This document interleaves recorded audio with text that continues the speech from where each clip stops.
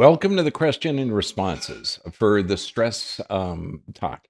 Now, these questions are the ones that I think will get by the censors on the standard social media. We're going to have a whole group of the uncensored questions that I can speak freely.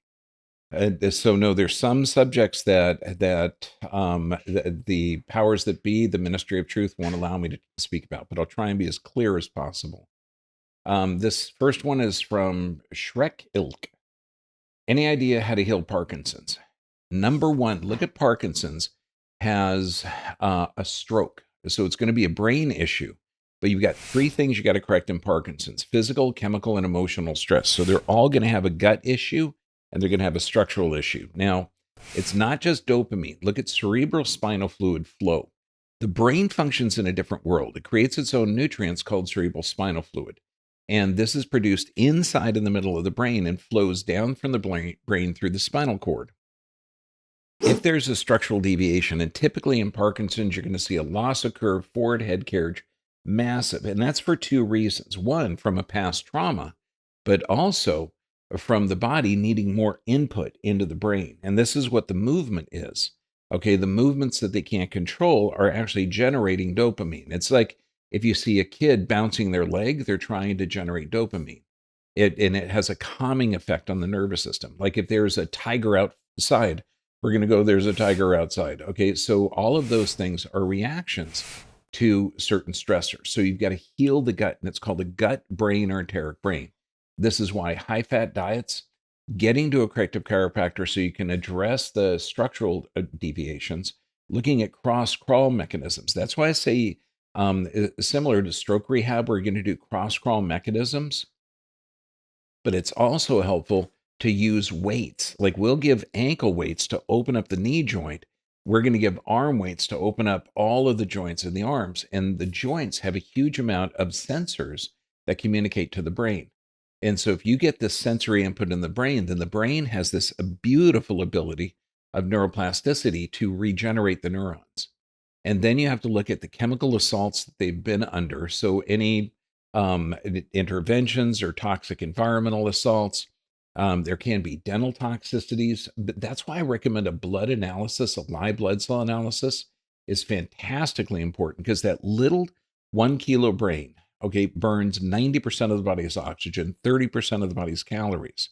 And so look at respiration and deep breathing are going to help. Look at diaphragmatic function. Look at structural problems inside of the neck, because that's the cardiac and respiratory center, and that's the nerve to the diaphragm. So all of these structures in the neck are going to be contributing factors to a hypoxic or low oxygen situation, putting the brain in stress. So restoring the nutrients to the brain, oxygen of the brain, the health of the blood, and stimulus to the brain, as well as healing that gut-brain connection. And this is why when people are under stress, there's a lot of therapies for Parkinson's that involve amino acid supplementation. And amino acids are usually gotten to the human body through digestion, through healthy amounts of stomach acid. But when you're in a physical, chemical, or emotional stress state, you produce less stomach acid, so you're getting less amino acids from those proteins. So this is why the amino acid supplementation has been so effective. But you've got to address those all three of those stressors. There can be dental toxicities that are contributing factor. And that's why we do a thermography, nerve scan, structural analysis, live blood cell analysis. You've got to find the areas that are deficient or toxic in the system, and then correct that. And then the body has the best chance. And you've got to change the sleep patterns. You've got to master the emotional component. All of these things are going to have a positive effect. And then some of the other things that we can't talk about. I think our Parkinson's lecture is still online. If not, look at our private site, the Dr. B VIP, or the Corrective Chiropractic System site, because I think the information on there may be offensive to some of the censors. But you can recover. How much? It really depends on how long and how much toxicity is there. Question 2 from Brandylat74. My dad is looking for alternative treatment for pulmonary fibrosis. has looked into stem cells in another state and says they do them in Tijuana at some hospitals up north. Do you treat this or would you consider, and do you do stem cells or recommend that? I'd like to get my dad in to see you. He has taken the jab and a booster against our wishes. Uh, would he go to California or Tijuana? He was diagnosed when he was in his 40s. He's now 66, but docs have seen some changes in his lungs, probably that shot. The lungs are still alive. Okay, so you can do it. I wouldn't recommend stem cells yet. Stem cells are amazing. And yes, we do them at our clinic in Tijuana. And you can look up American Holistic Care in Tijuana. We've got 3 clinics in one: Bergman Family Chiropractic, American Holistic Care, and American Biodental. Look up American Holistic Care. And the reason I wouldn't recommend them yet, okay, stem cells are amazing because they go to inflammatory areas and they stimulate the cells in there to help the body reproduce itself. But your body already produces stem cells. You got to fix the problem first. Now, lungs are supplied by the nerve to the diaphragm up here. Okay, that's the phrenic nerve. So you've got to look at 3 stressors first: physical, chemical, and emotional stressors. Also, every patient I've seen with pulmonary fibrosis means that there's been damage to the lungs, but also it's really a repair process issue. So it could be low stomach acid. There could be some other contributing factors. That's why we got to look at all 3. Looking at the structure, looking at a thermography, looking at the live blood cell analysis.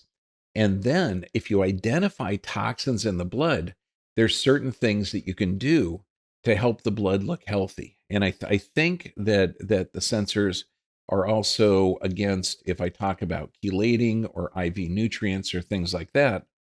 So I can't really mention that, but that you gotta love it. You gotta love the sensors. You got to look at the blood and get the blood healthy. Okay, doing certain therapies, and once the blood is healthy and the structure is better, and the body is functioning at a better metabolic rate, then you help the nutrients in the system. And this is going to be through diet, through juicing, through blending, and also through intravenous nutrients. Fantastic. Then you've got the best chance of the body being able to regenerate the tissue. And that's why you can help it. And you can, in a lot of cases, reverse it. But, you got to find out what kind of stressors he's been under. Now, if he's had it for 26 years, okay, you got to look at some of the factors that he was in before 40s that were a contributing factor. But he can be helped. Absolutely. How much? We got to find out. But have him go to Tijuana over Huntington Beach first.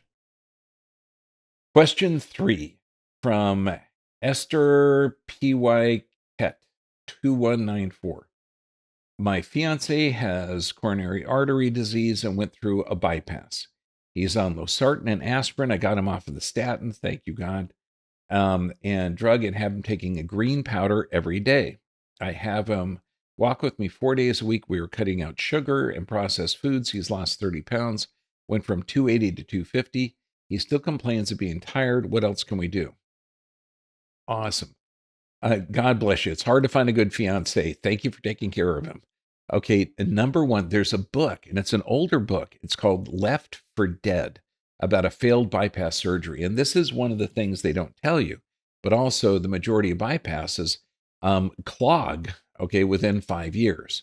And they were using cayenne supplements, but it's a great book of a guy with a similar issue with the bypass surgery. Now, the blood pressure and the blood thinners, or the aspirin, can have a negative effect on the body. So there's 3 things that you got to look at. Arteries do not clog by randomly, okay? Arteries are going to clog because why aren't veins clogging? So when you look at this, the veins and arteries have a different structure. Arteries have muscles in there that can constrict and dilate. And those muscles have a blood supply through these small blood vessels called vasovasorums. And toxic fats, and this is going to be corn oil, canola oil, soy oils, processed oils, cottonseed oils. Those things can damage those are little baby arteries, the vasovasorums, and that can weaken the wall of the artery. So the body goes in there with calcium, cholesterol, and fibrin to seal up that opening to protect the artery. So arterial plaquing is actually a protective mechanism by the body itself. And now Linus Pauling also developed a couple of methods to clean the arteries using vitamin C and L-lysine. The dietary changes you got him on are fantastic. Have him look at our blood pressure videos because he's going to practice diaphragmatic breathing in through the nose, out through the mouth, so the tummy goes up and down like a bellows. And this is going to help oxygenate the system. Doing the diet changes, the green powder, I don't know what the green powder is, but it's probably ground up organic vegetables, which is going to be excellent. Looking at juicing apples, carrots, beets, and celeries. Why? Because apples have malic acid. They're going to start to clean the kidneys. Carrots turn into beta carotene, which is going to help the lungs. Kidneys and lungs are blood filters.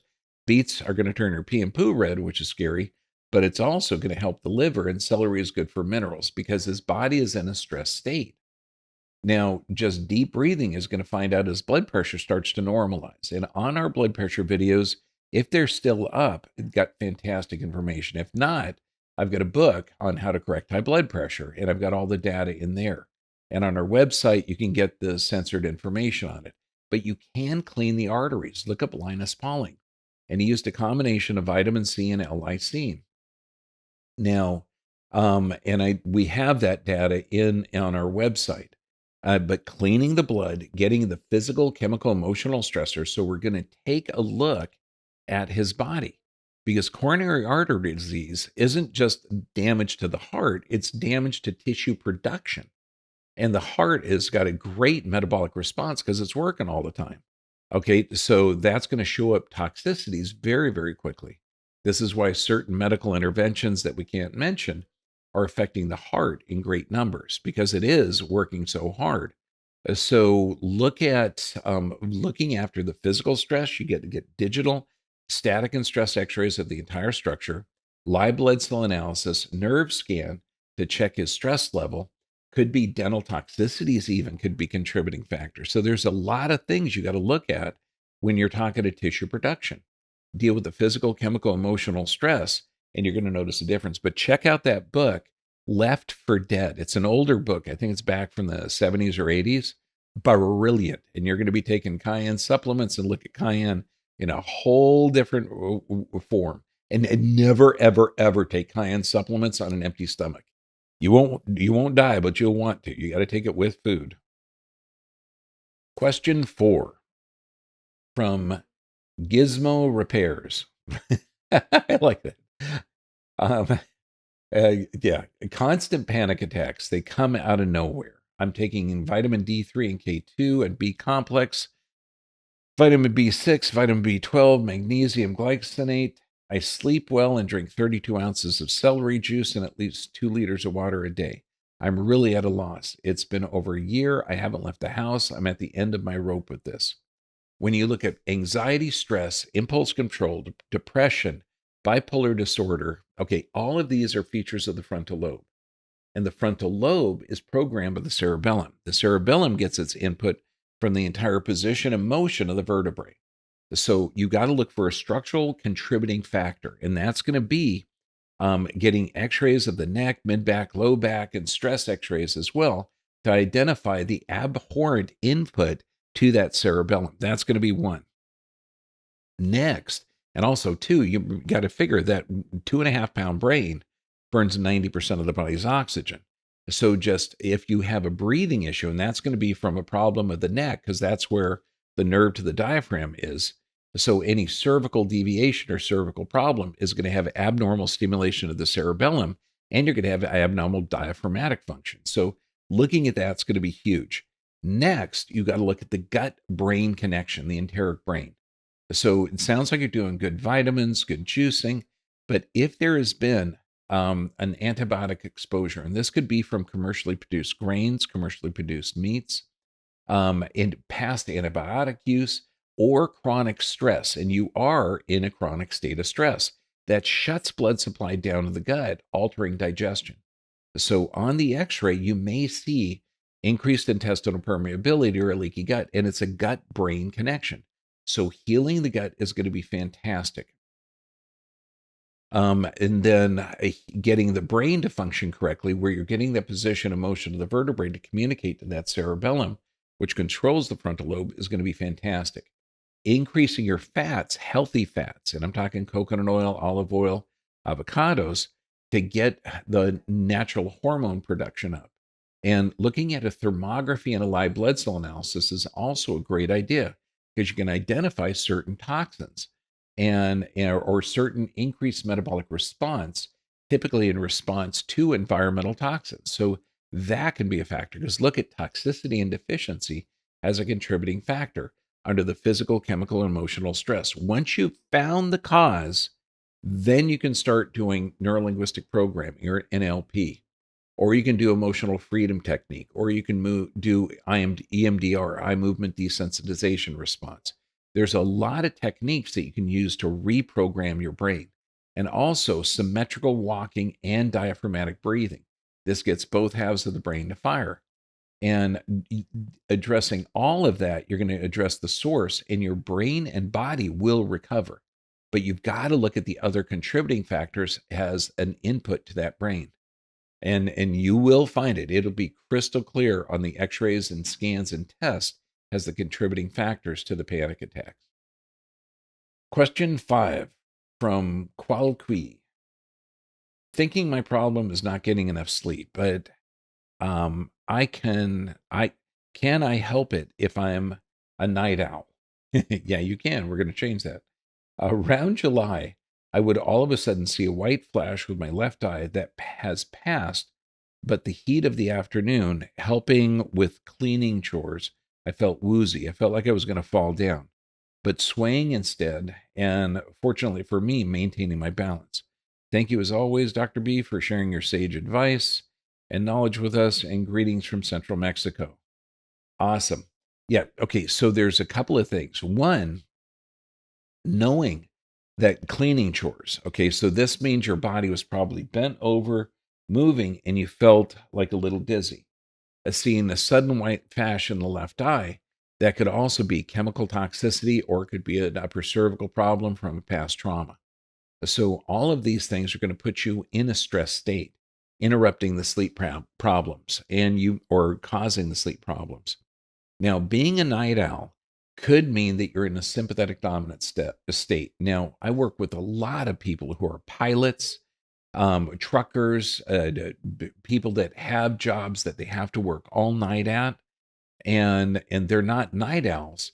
But anytime you're sleeping beyond your natural circadian rhythms, they call that night frame the graveyard shift, because if you had that shift, you would die early.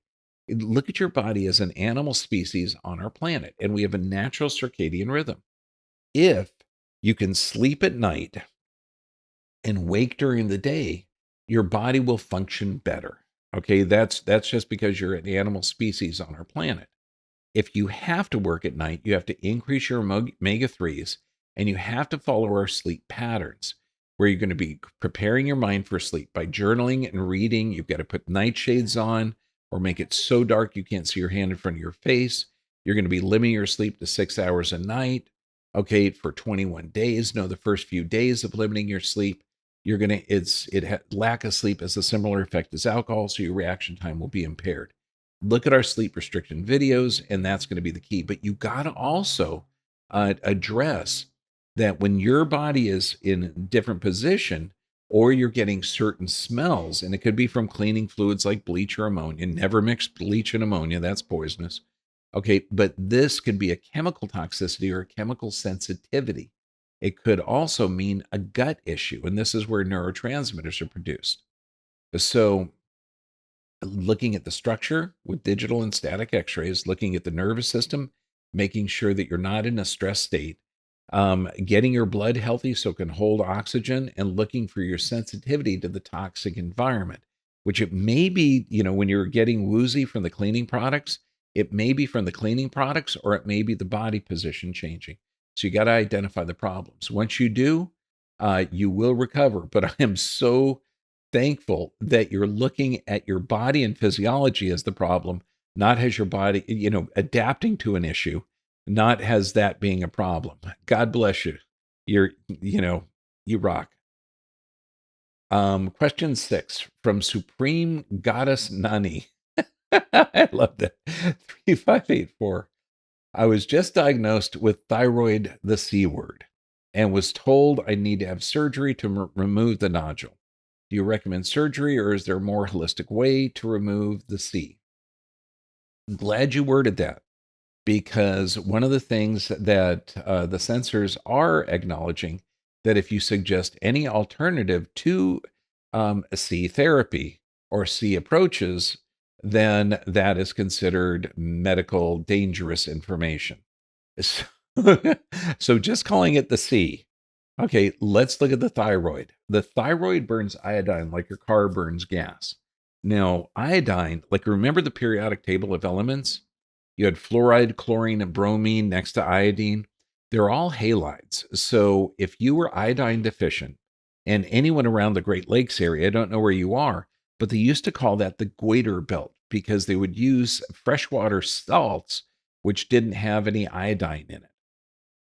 Now, if you're deficient in iodine and you have exposure to fluoride and chlorine, and you're eating commercially produced bread, which has bromine in it, this is why the thyroid is going to be forming nodules from a toxic environmental exposure. So that nodules are formed by the body based on the environment. So you've got to find the chemical exposure for sure. Now, the thyroid is going to be suppressed and lowered function if the adrenals are in a stress state, because you've got that metabolic response. So if you have physical, chemical, emotional stress, that's going to negatively affect or suppress the thyroid. So look at endocrine disruptors as well, things that are like hormones, but not hormones that you've been exposed to. So your body forms nodules, your body forms tumors, your body forms cysts based on an intelligent response from the environment. So you've got to look at this as a tissue production problem. And I know that's going to be wild. So you've got to look at physical, chemical, and emotional stress. Physical, you got to look at the physical structure. So you got to get some static and stress x-rays to identify if there's a structural problem. Because if there is a structural problem, the adrenal glands are going to fire and the thyroid's going to be low. The sympathetics are going to be firing off, and the parasympathetics, or rest, digest, and repair, will be considered low. Then you've got to look at a live blood cell analysis, because this is going to show the health of the blood. Certain medical interventions can also suppress toll-like receptors on your cells, which can also be a contributing factor to this. Then you've got to heal the gut, because this is literally your immune system. And healing the gut, fixing the physical stress, the physical stressors, so your body can get into a healthy autonomic balance. And then once you identify the cause, and even a full body thermography can identify areas of metabolic response and could indicate some type of chemical toxicity. And this is like fantastic. That's why we do it on every patient. So identifying the cause of it, and then by directing your therapies at the cause, then the adaptation, which is the nodules, okay, then your body has the best chance of dealing with that directly. Because even if you have the surgery, there still is what caused that as the underlying factor. And I will help in any way I can. Question 7 from B Magu 971. Dr. Bergman, what tests can be requested with my medical doctor to know where my cortisol level stands? I'm sorry I'm giggling, because it's like going to get your car painted at a muffler shop.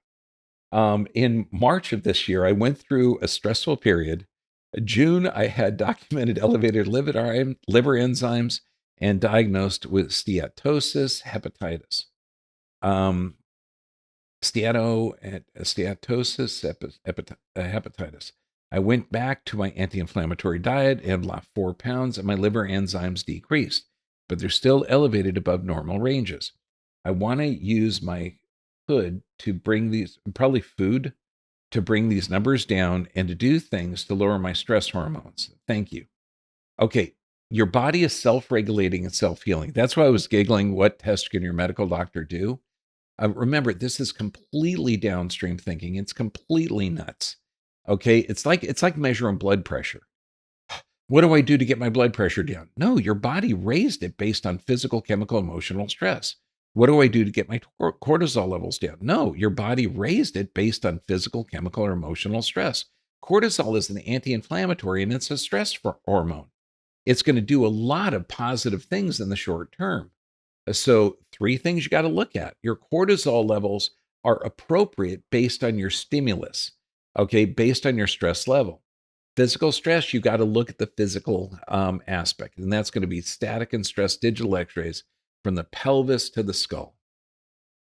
Chemical stress, looking at a live blood cell analysis and full body thermography, and looking at sleep patterns, good or poor sleep patterns. Poor sleep patterns is a chemical stressor.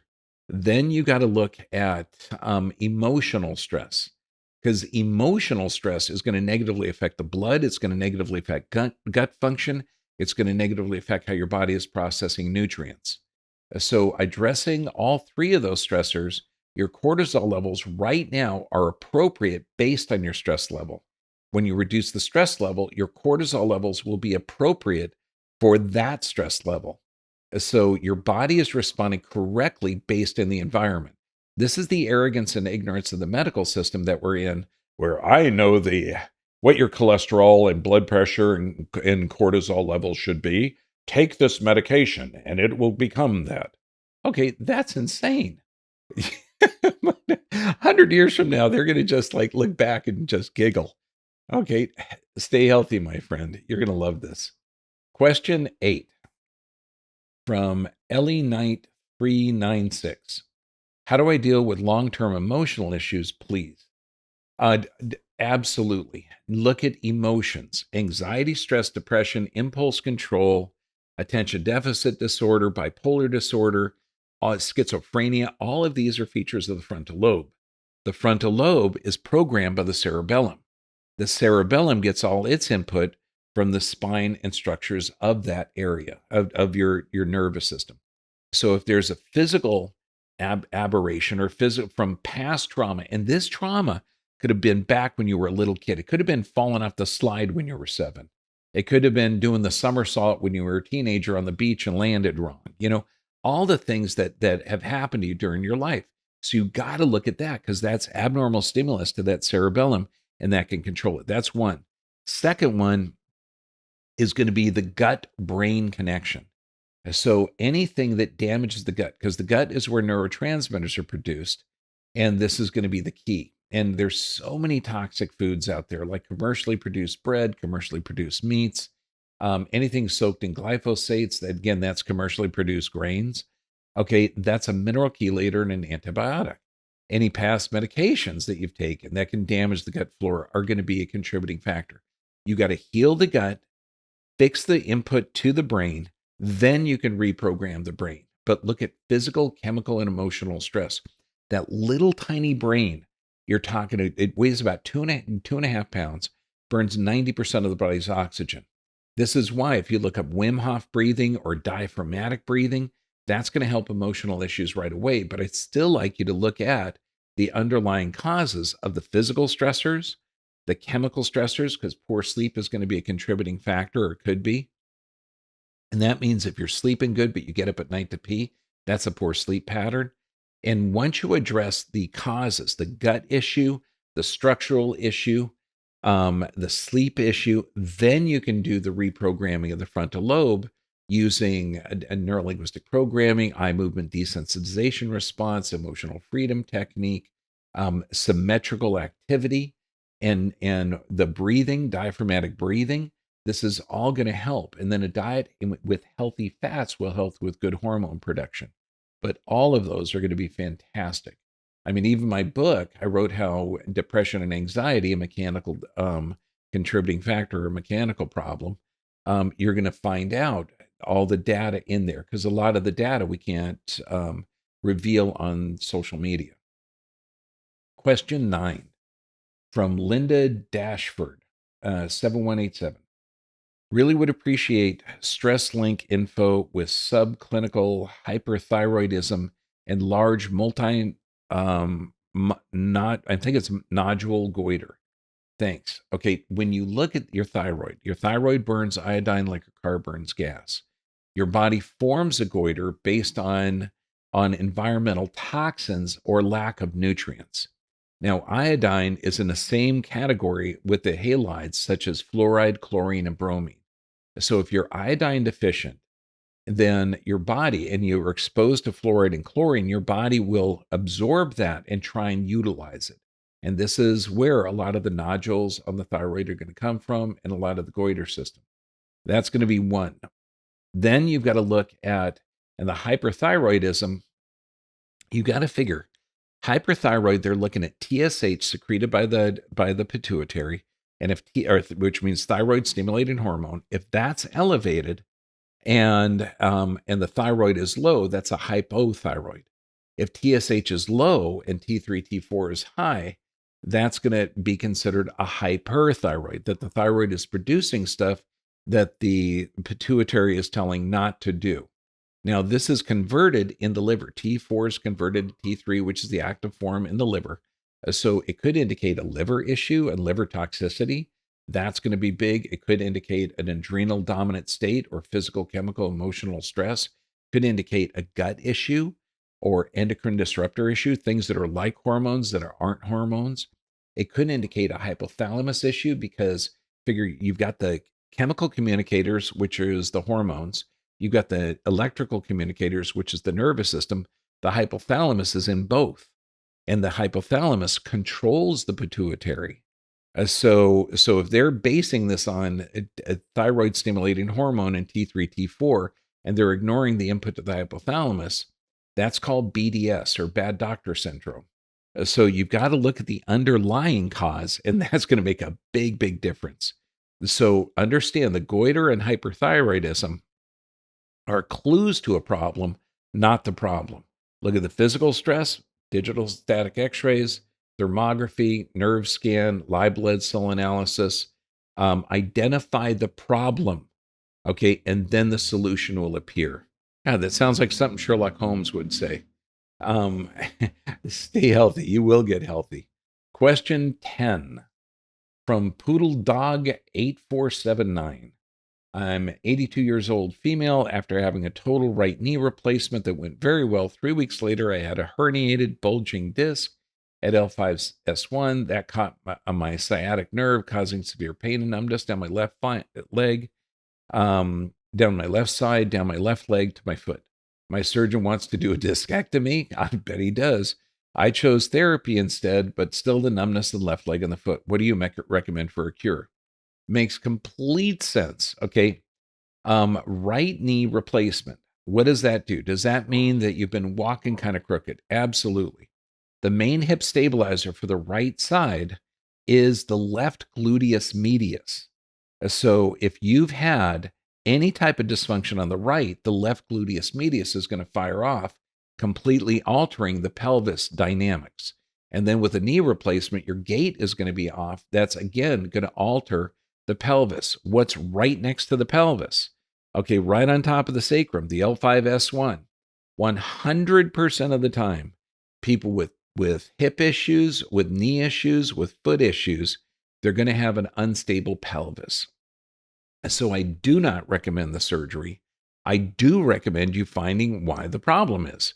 Now, one of the things, look at our pelvic health video. Just slapping a trochanter support on there will de-stress out and decrease the symptoms almost immediately. In some states, you could buy the trochanter supports direct. If not, you're going to have a doctor get them for you. So that's going to be the key, stabilizing the pelvis. But then you've got to look at the entire structure, because if your body is leaning off to the side, and that's why I recommend looking at the neck, the mid-back, the thorax, everything. Because if you have a lateral deviation of that spine, then the body is going to be adapting to that. And you've got to fix that force loading on that L5S1 disc. This is why when surgeons operate on a disc, and they're only looking at an MRI, they're not looking at the entire torso to see if there's an abnormal force loading. And we know there probably is, because based on your right leg or right knee replacement, we know the entire body may have been shifted over to the left to take the stress off that right side. And what's that going to do? That's going to tax the left. So this makes perfect sense. So look at the entire spine, stabilize the pelvis, get to a corrective chiropractor that's going to take stress x-rays of the lumbar and static x-rays, but have somebody that knows how to regenerate a disc look at the entire spine. Surgeons don't understand that. They don't know how to regenerate a disc. So look at a corrective chiropractor, get her 7 questions, and stabilize that pelvis down. You're going to notice a big difference. I'd like to let me know how you're doing too. Now, if your question wasn't answered in this video, please visit the Dr. B VIP because I'm going to respond to the rest of the questions there. I won't have to censor my responses because of the tyrannical controllers of social media. God bless you, my friends. Stay healthy.